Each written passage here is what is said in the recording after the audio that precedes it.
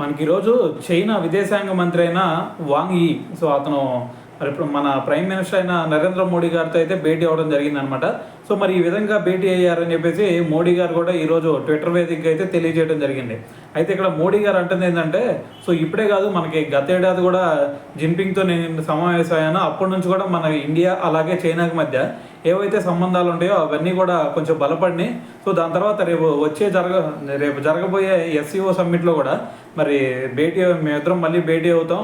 So మరి ఆ భేటీతో మరి ఇంకా బలపడే ఛాన్స్ ఉంది. సో ఆ భేటీ కోసం అయితే వెయిట్ చేస్తూ ఉన్నానని చెప్పేసి నరేంద్ర మోడీ గారు అయితే ట్వీట్ చేయడం జరిగిందనమాట.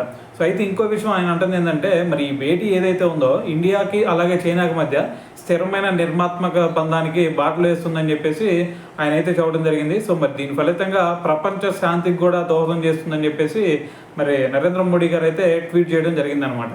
సో అయితే మరి ఇది ఓవరాల్గా ఇదంతా విన్నారు కదా. సో మరి దీని గురించి మరి మీరేమనుకుంటున్నారు అనేది కూడా తెలియాలి కదా. సో కింద కామెంట్ చేసేయండి.